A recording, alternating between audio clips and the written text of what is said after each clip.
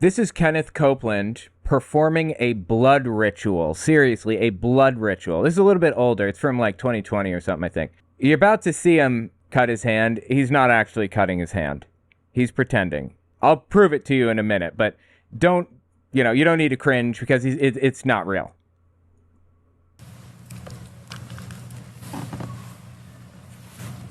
Pour that in there. Okay. Again, it's fake. That's Listen to his grunting noises here. That's terrible. the cutting. He's pretending to squeeze blood from his hand into a cup. Like, what? Why? Why is he doing this? By the way, it's real hard to cut your hand like that willingly to get blood out of it. And it's certainly hard to cut it safely. You should not be doing that ever. Like, for anybody. But to fake it like this, oh my God. That's the cutting of the covenant. Okay. It's fake grunts. And then I would do the same. Wow, that dude did it really easily. That was quick. He's not even like bothering to pretend. He's like, yeah, this is fake. I think they presented it as real. Same.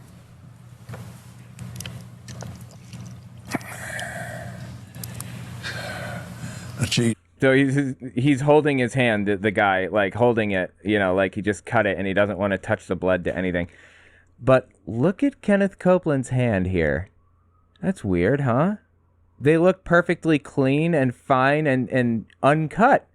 Super strange. You'd think that you would see a cut on him if he had actually taken that razor blade or scalpel or whatever the heck it was and cut his hand. He faked it. He lied. Why? Why pretend? Either don't do it or do it for real. In for a penny, in for a pound, as they say. This is my blood of the new covenant.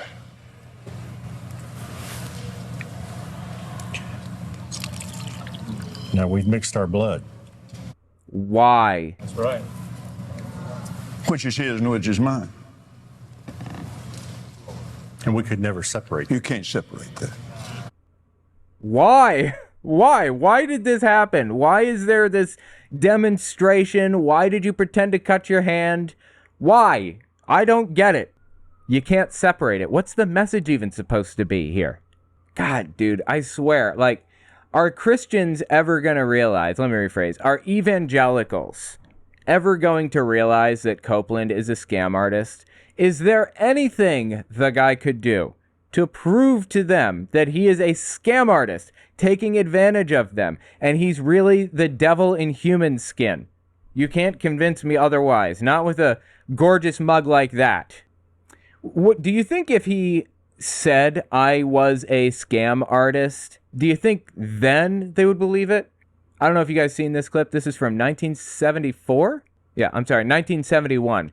This is from 1971 where he's addressing, this little church. Listen to this. And most of the time, I don't feel too righteous. Whew. I remember when I first read that, I thought, who, me? There's some guys right in some parts of the state of Texas that don't believe I'm too righteous either. Whew. Okay. Man alive, after the way I lived before I got a hold of God, over the other day in Dallas. Would you say you were a scam artist, maybe? Dallas, I was at Love Field fixing to leave town on the airplane, and a friend of mine was with me. In fact, he's in the studio audience here tonight. And when I put the check that said Kenneth Copeland Evangelistic Association over on the counter, to buy the airplane ticket, the guy looked at it, and he stood back a minute, and he looked at me. He said, Evangelistic Association. I said, yeah, He said, he turned around to the other guy, and he said, are you with him? He said, yeah. He said, do you know about him? He kind of smiled. He said, yeah, I know all about him. He said, you're not telling me anything new. He said, I know something about him you don't know. He was a scam artist, and he admitted to being a scam artist all the way back in 1971. He was a complete scumbag. And when somebody from his past who knew who he was saw what evangelical organization or whatever with his name next to it, he knew that it was a scam. He knew it. would even coming out and saying it be enough for evangelicals to accept that they have been suckered by a con artist? Apparently not. He's worth $750 million. Yeah, $750 million is the estimate. Let me lay this one down for you, okay? Eminem, one of the top-selling artists of all time in human history, sold somewhere in the vicinity of like 225 million albums. 225 million. Household name. Everybody knows who Eminem is, at least. And his net worth is like 200 million. How did Kenneth Copeland get to 750 million?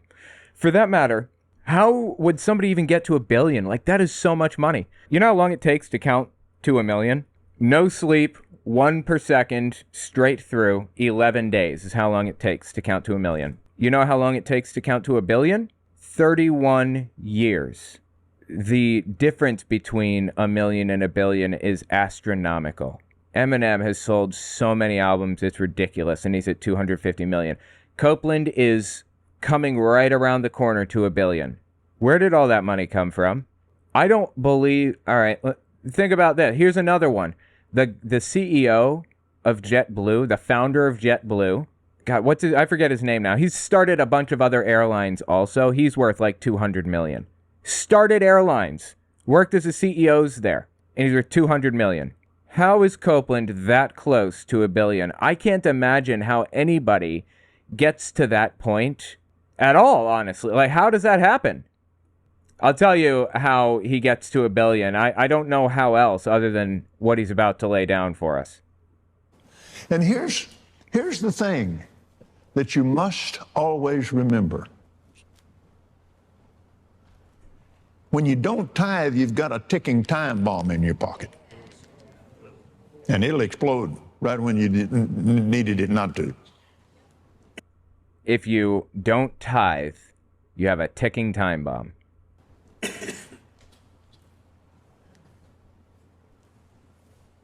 Why would anyone not want to tithe? Because they're broke? You ever knock that one around the noggin? Because they don't have a penny to their name? Because they're trying to buy milk and eggs and cheese this week, and if they don't, then they're going to go hungry? He doesn't know what it's like to not have money. He has no clue what it's like to not be able to go to the store and buy food if you need it, or to have the same pair of clothes you've worn for 5 years, and you have a little sewing kit that you keep sewing the holes shut on them. He has no clue what that is like. He pretends he knows. You can't convince me that he knows, certainly not anymore. To even ask a question like, why would you not tithe, betrays a deep disconnection from regular people, from like everybody else in society. Have you figured out by now God doesn't need your money? He's doing very well. Yeah, it's me getting your money, not God. You dumb fools. Give me your money. But the reason he insists on it being you giving me your money, right? Kenneth Copeland wants you. Oh, dude, he's a pocket square man. I didn't know that. Okay. Well, that upped his respect a little bit, but not very much. Guy is telling people God doesn't need your money. He wants you to give me your money. For the record, he believes that there's like a law of the universe called, oh my God, I don't remember the name of it. He calls it prosperity gospel. The idea is if you give money, you will get more back tenfold. It's like the law of attraction where you attract good things if you put out good vibes or whatever other thing. It's a metaphysical claim that when you give money to preachers, you will get it back. That's what he's preaching right now.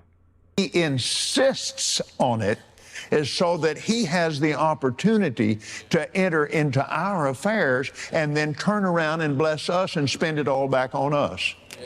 Sure. Yeah, definite. That checks out. Absolutely. God wants to spend it on you, and that's why he's telling you to give it to other people.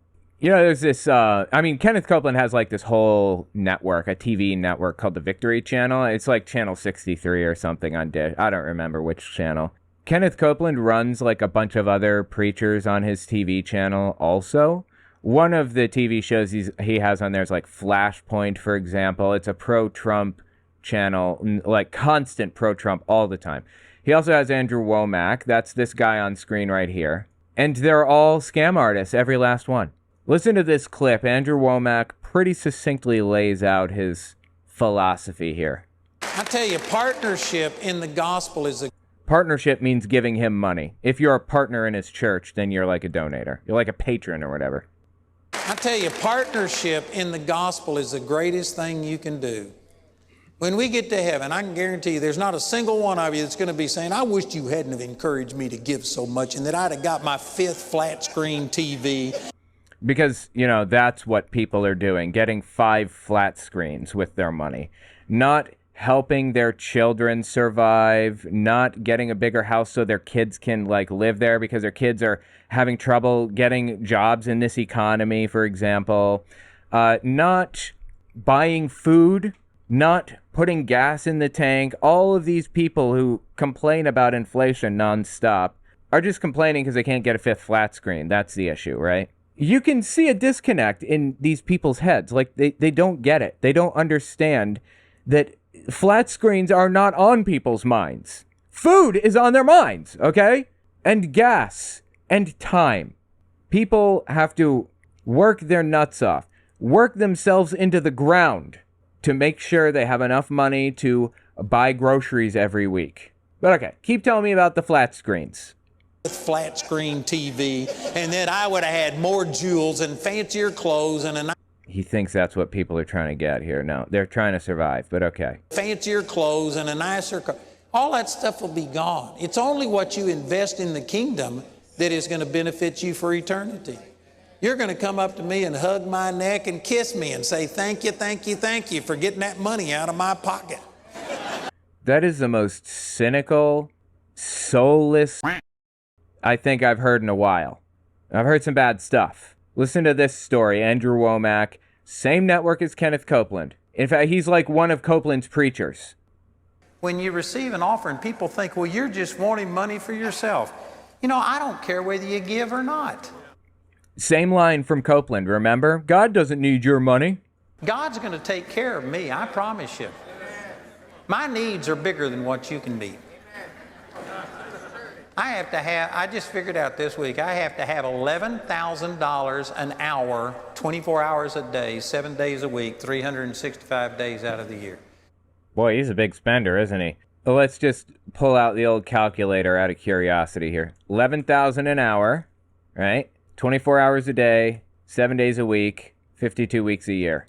So he's saying he needs $96 million a year to live? What's he using that money for? This isn't his TV network. He shows up here and just like preaches. He's just a preacher. Somebody else does all of this work for him.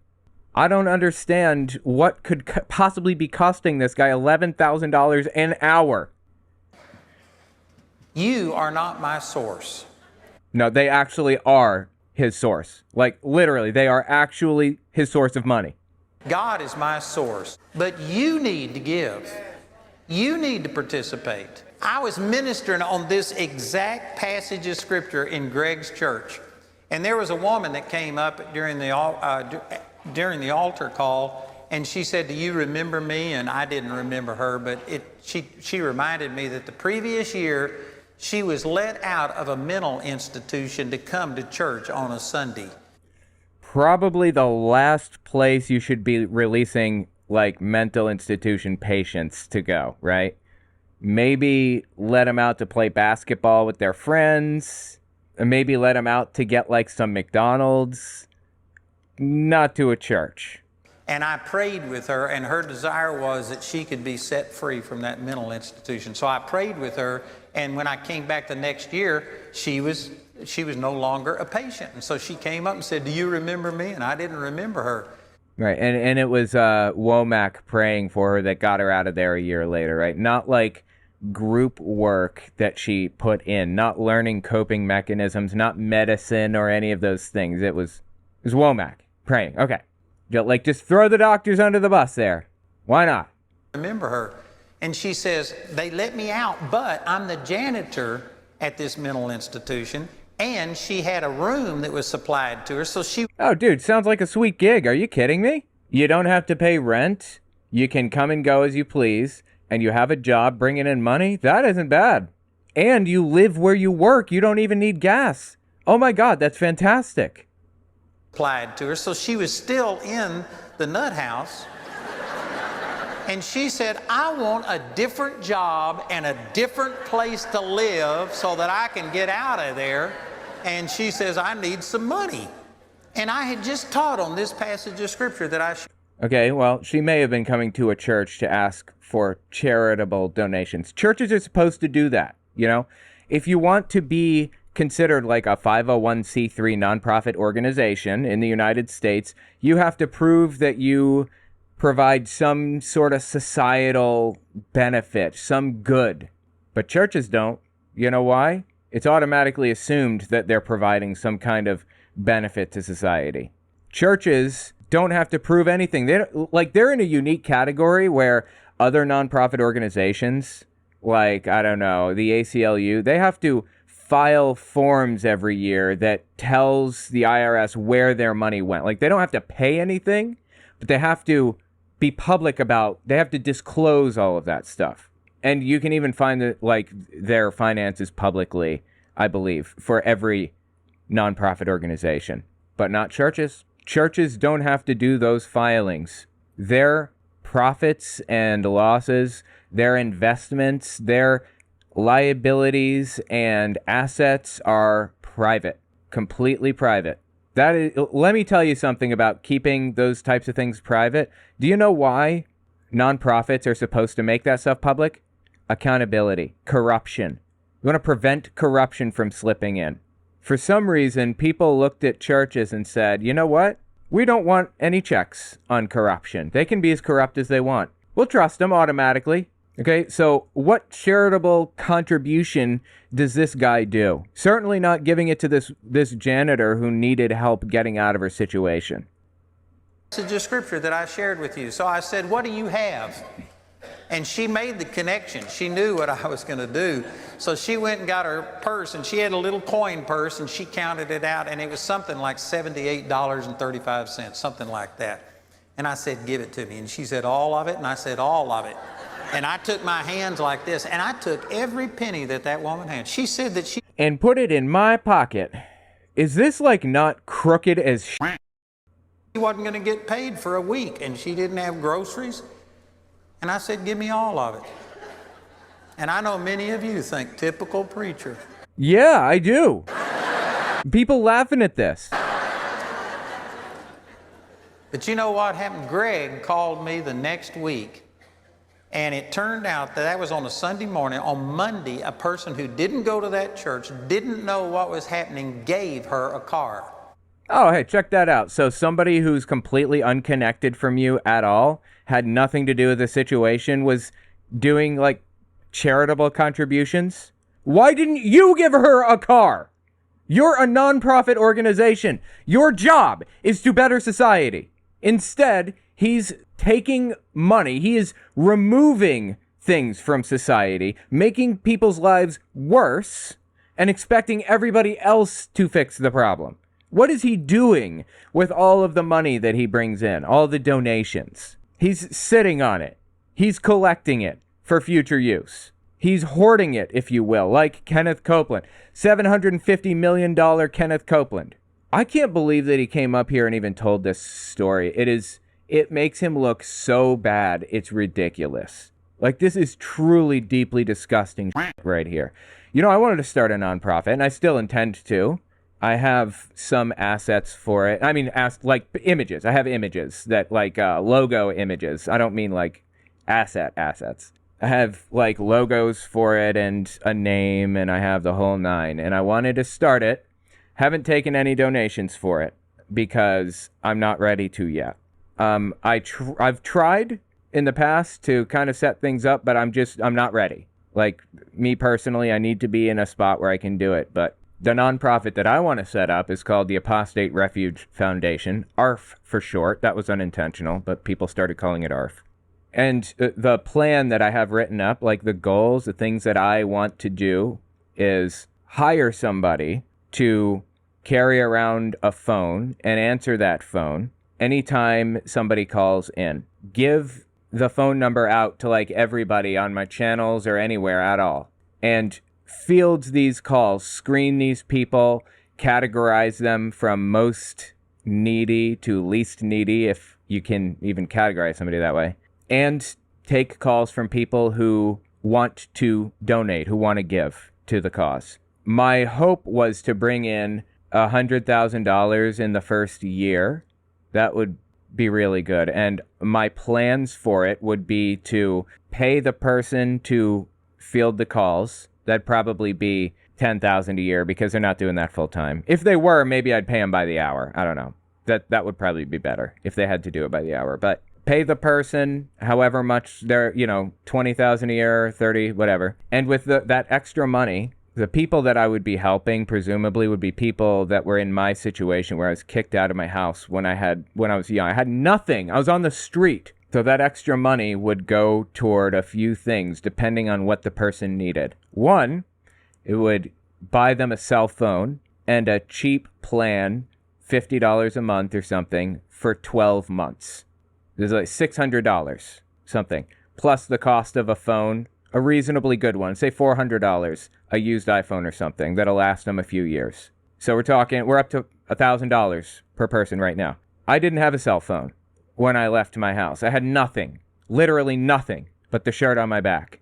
Crawling in the window of some girl that I knew from high school, peeing in Gatorade bottles because I couldn't get out of her bedroom because no one in her house knew I was there. People in that situation is who I want to help. Or anybody that needs help. Anybody. Because of religious bullshit. Or you know what? Because of any bullshit. So get them a cell phone. Get them a plan for 12 months. I figure it would be like a 12-month program for each person.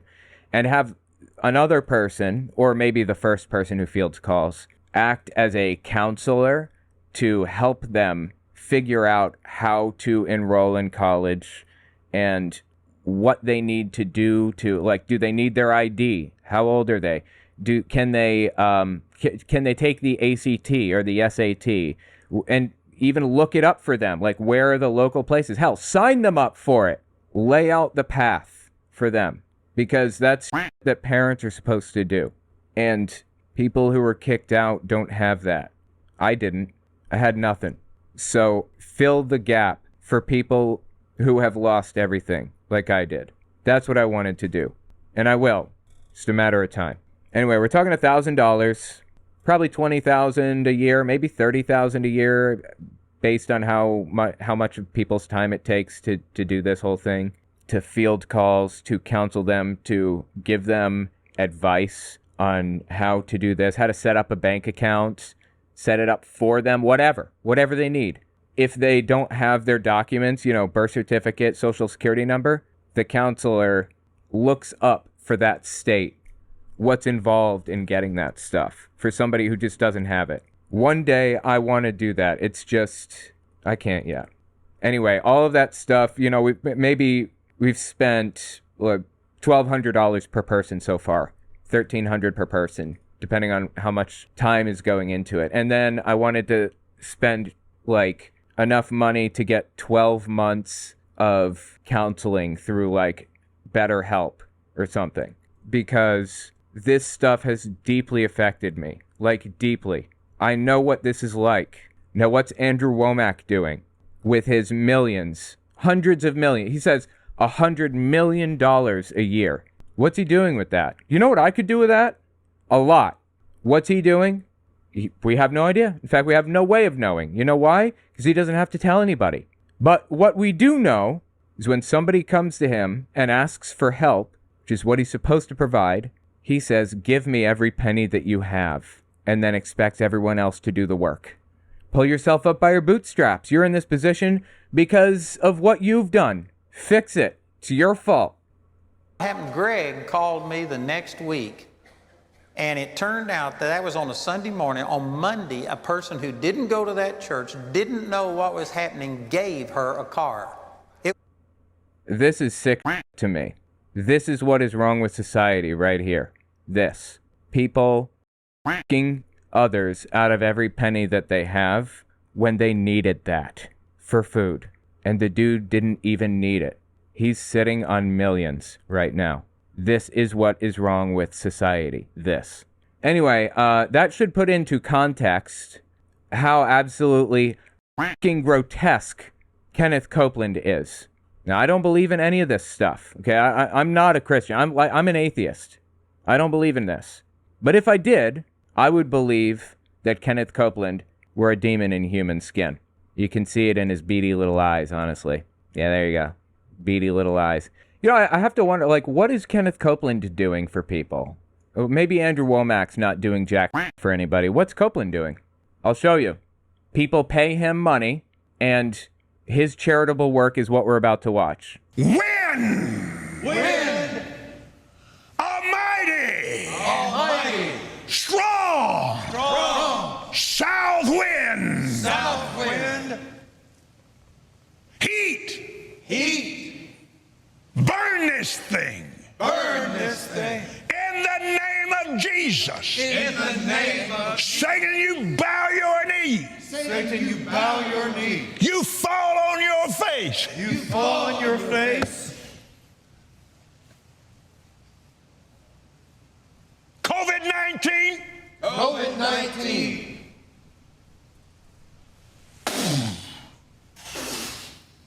I blow the wind of God The wind of God on you.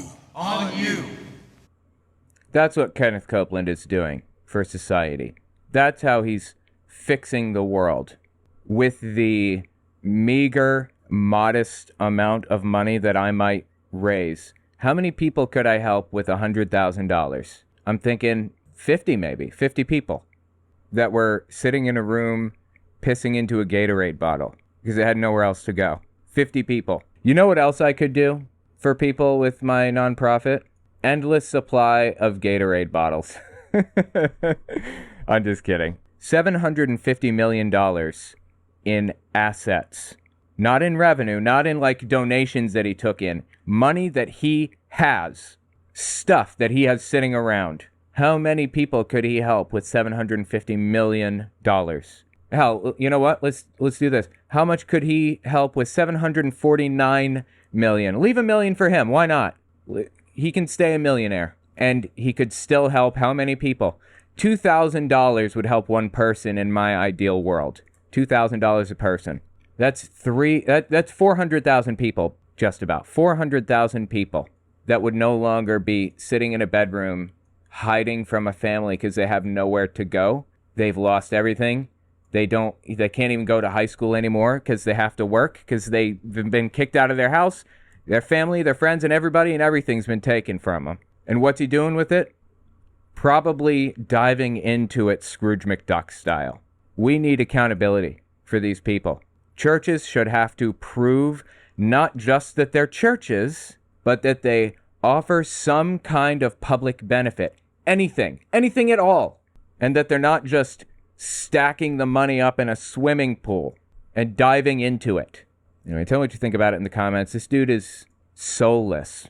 I think soulless is the right word. And so are the other pastors on his network. Soulless. Lou, thank you so much for the super chats. I really appreciate that. I run a nonprofit, giving away accounts on your channel, lol. Yeah, I appreciate that so much. Thank you for the gift subs, or the gift memberships, or whatever. That's awesome. To the Church of Owen. I think I would run a fantastic church because I'd actually help people. Yeah, I don't want to run a church. It could be a nonprofit. The benefits that come with being a church rather than a nonprofit are unnecessary for me. Why would I want to hide my finances? I wouldn't. I'd be perfectly fine with all of the income being out in the open and everybody seeing all of it. You know, another expense would probably be hiring a legal expert to file the business licenses correctly, to structure everything correctly, and to report the donations and everything correctly, and to advise me on like what payment systems I should use and how to report various things, because you have to report a lot of that stuff, you know. That might be $50,000 a year. I don't know. But with $100,000, I could certainly help people, a lot of people. I could employ probably 2 people at least just to work there and help people, advise them, screen calls and everything. And then a third person who knows the legal field and accounting field. And beyond that, it would all just be going to people to help them. Anyway, I really wish I could start that nonprofit. I just can't. And also hire the wife. I asked her if she'd be willing to do that, but it's not really in her wheelhouse. I think she'd get more satisfaction from a different type of job. Like, she likes doing policy work. I need a different type of lawyer, not a litigator, but maybe like an accountant lawyer, or I don't know. Some kind of special lawyer that specializes in this stuff. I would find one, I'm sure. You know who else I would like to help with my nonprofit that I will eventually start? People who have been the target of extremist movements like Libs of TikTok. People who she targeted directly, who now need security, or who, whatever, getting death threats and all that. At the very least, hook them up with somebody who can, like, advise them on what to do next. Because in those types of situations, you don't know. You know nothing. You're just like, you're lost. In those moments, the stress is so high in your head that you just don't know what to do next. And having somebody on the outside who's been through it, me, telling you how to handle that situation could be extremely valuable. Your nonprofits could help so many people in the LGBT community too. Yeah. That I'm not exclusionary. Anybody who has been kicked out of their house because they don't fit their parents' mold, that's who I would want to help, I think. And I thought, if I'm going to include the LGBT community in the equation, maybe I should do like a different name than Apostate Refuge Foundation, but maybe it should still start with an A. I'm not sure. Anyway, another thing, if I had the money, say I had $500,000, another thing I wanted to do with unlimited amounts of money is give a cell phone to people, a new phone that they can have. If they already have one, they can use theirs instead. And a plan that I pay 12 months in advance. So I don't have to, pay the bill every month. I don't have to, nothing. I just pay 12 months up front and they have the phone for 12 months. Unlimited talk and text and data and whatever, because religions try to break down community. And having that connection to the outside world is so important. So cell phone, 12 months, counseling from people in my organization who can advise them, help them find their birth certificate, help them take the ACTs, help them enroll in college, tell them if it's a good idea to get student loans, or look all this stuff up if they need you to, because they may not even have a computer. They may not have a cell phone. I don't know what they have. I'm assuming they're starting at zero, so look it up. Are there trade schools in the area? Are they less expensive? Would they be more beneficial? What's the person interested in? And then a counselor to help them through the grief that they've just experienced, like a licensed therapist through BetterHelp or something. 12 months of that. And if I could swing it, if I had enough, I would also want to give a $500 stipend, like just write a check for $500 a month for 12 months for each person. Even co-sign on an apartment. Maybe instead of money, pay their rent for 12 months. Like, get an apartment and pay for it for 12 months. Sign the lease and everything. Because, it's a struggle. That could help so many people one day. But I need to get all of my own in order first. I cannot start a nonprofit until I, for one thing, have more time on my hands, and for another thing, have more resources that I can put into it. I still have to file the business license myself. That's like $1,000 alone. I still have to, pay for a whole bunch of up front that I don't, I can't pay for right now. I can't do it. I can't take donations from anybody until everything's properly filed, until the business license is obtained, until the IRS approves nonprofit status, until everything. So I before I can even take donations, I need to spend maybe $5,000 to set it all up. And I just don't have that to put into it right now. So one day I will. One day. Like I said, I have a whole business plan written up and everything already for that thing. It's just a matter of getting everything pulled together and doing it.